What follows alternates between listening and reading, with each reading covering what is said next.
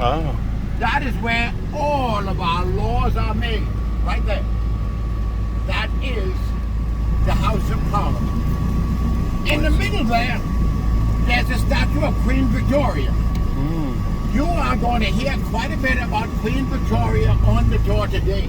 Oh, So just in the middle there is the Queen Victoria statue. You're going to hear quite a bit about Queen Victoria. okay.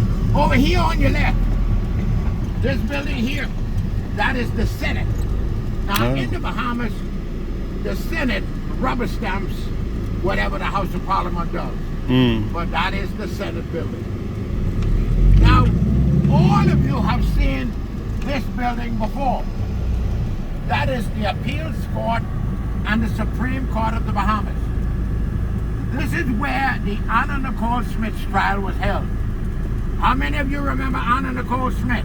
Yeah, I remember. That's the beautiful young lady who married the elderly gentleman. Yes. But that is where the trial was held right there. Ah, interesting. The monument right there.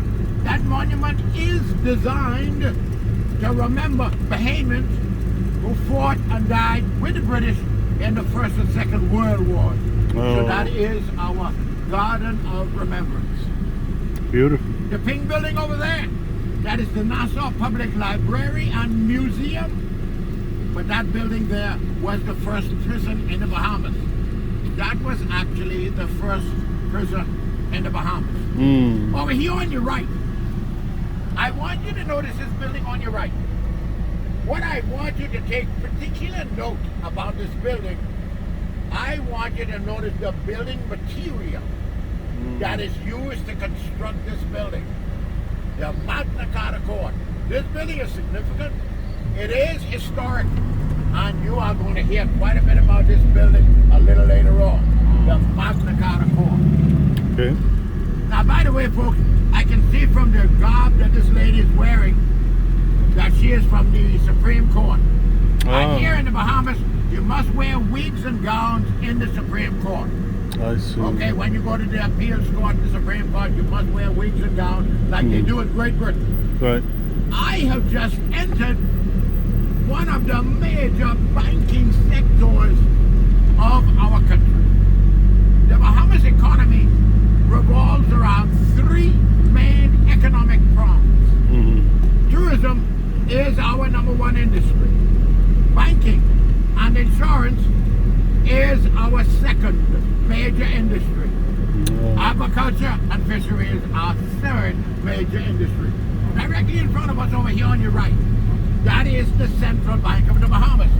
Now the Central Bank is actually owned by the Bahamas government, but it literally monitors all the activities of all the banks in the Bahamas. St. Andrew's Presbyterian Church of Scotland, that is the only Scottish church in the Bahamas.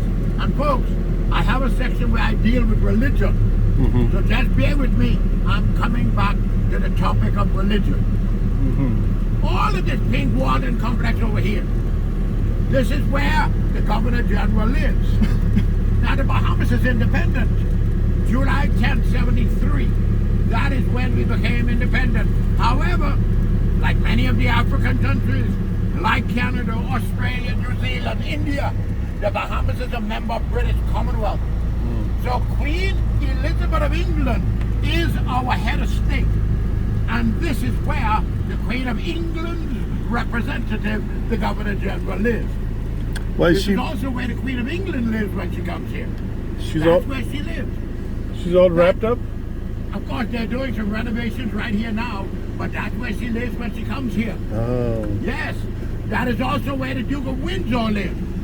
Some of you may have heard about the Duke of Windsor.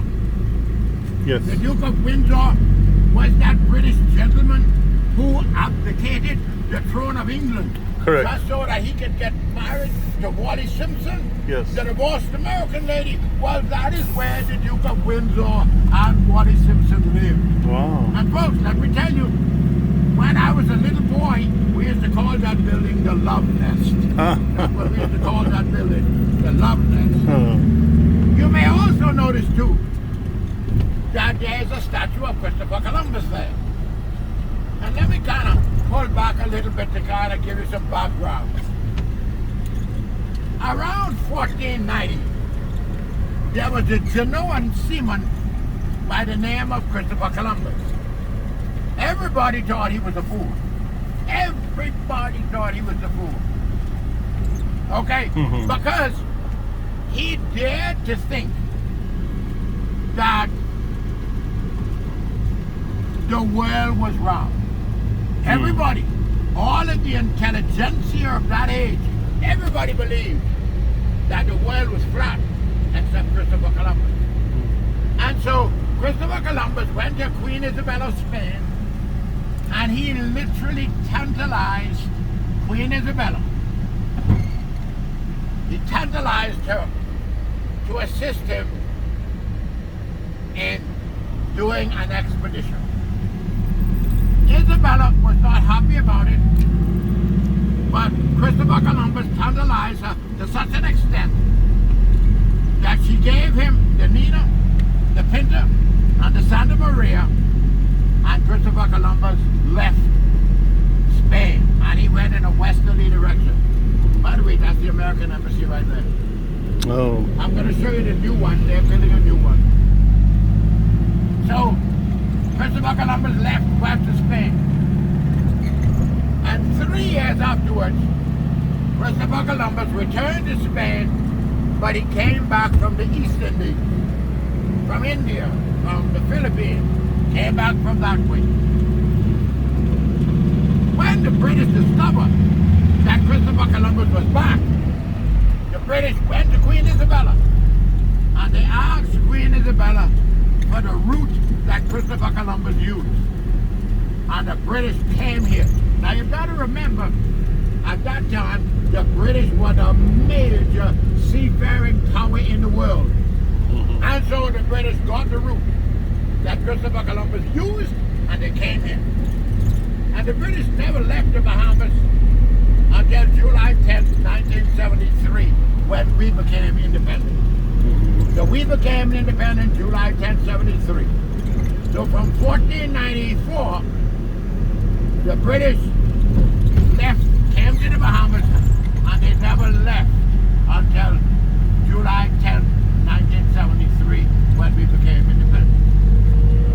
I'm going to give you an opportunity to see how the British mind worked, particularly as it relates to the defense of these islands and with respect to their offense with regard to the protection of these islands. You're going to get a glimpse of what they did and how they did it.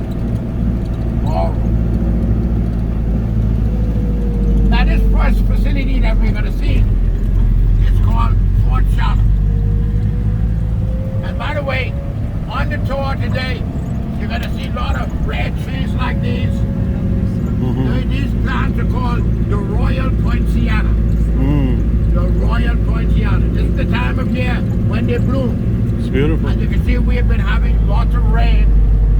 We've been having lots of rain. And they really start to explode once the rain comes. So as you go on the tour today, you're going to see lots of them. They're called the Royal Poinciana. Now, this is what we call the officers' mess. That is where the British officers lived when they came here. And look at the background, that's where the enlisted men lived, over there. But I want to show you something here. I want you to see something here.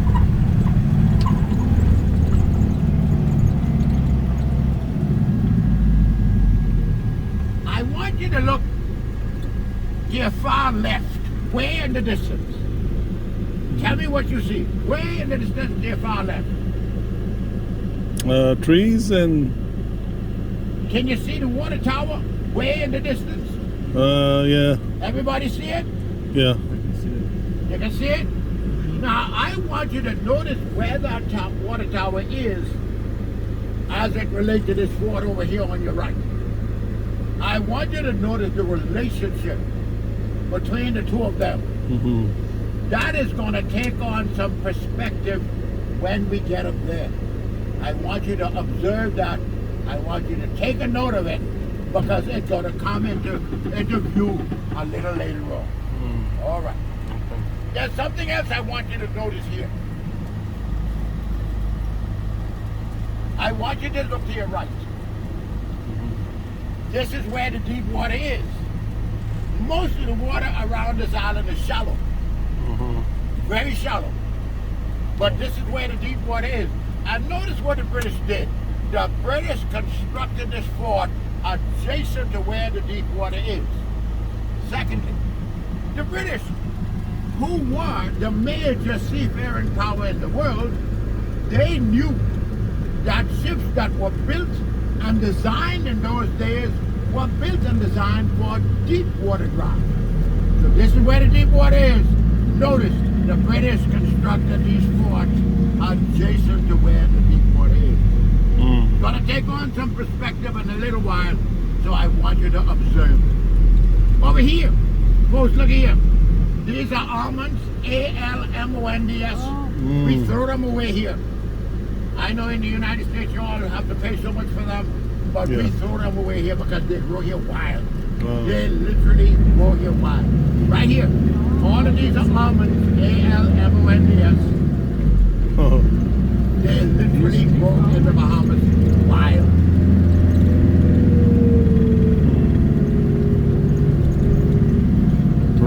Now, what I'm going to do, I'm going to give you an opportunity to see where the local people live and how they live. I also want to give you an opportunity to see Bahama. Because we are going to Atlantis. And whenever the discussion of Atlantis comes into view, Bahama is usually a typical subject matter as well. So I want you to see Bahama so that when the discussion emanates, you'll be able to speak with some degree of substance on the subject matter. So I want you to be aware of that. These trees here are grape trees, G-R-A-P-E-S. Look here, look at the grapes. This tree has so much that it's breaking down. Those are grapes. They are edible. You can eat them. Give them another month. With the rain we've had yesterday, give them another month and they will be ready for eating. When they're ripe, they turn purple and they are very sweet. We call them sea grapes. Over here on your right, coming up, this area is called fish fry. Fish fry. Anytime my wife does not cook home, this is where I come to eat. Okay? This is where I come to eat. They've got very good food. Oh boy. Over here? Look at the grapes here, folks. Look. Those are grapes. They grow here wild. They literally grow here wild. Look at here. All of those are sea grapes.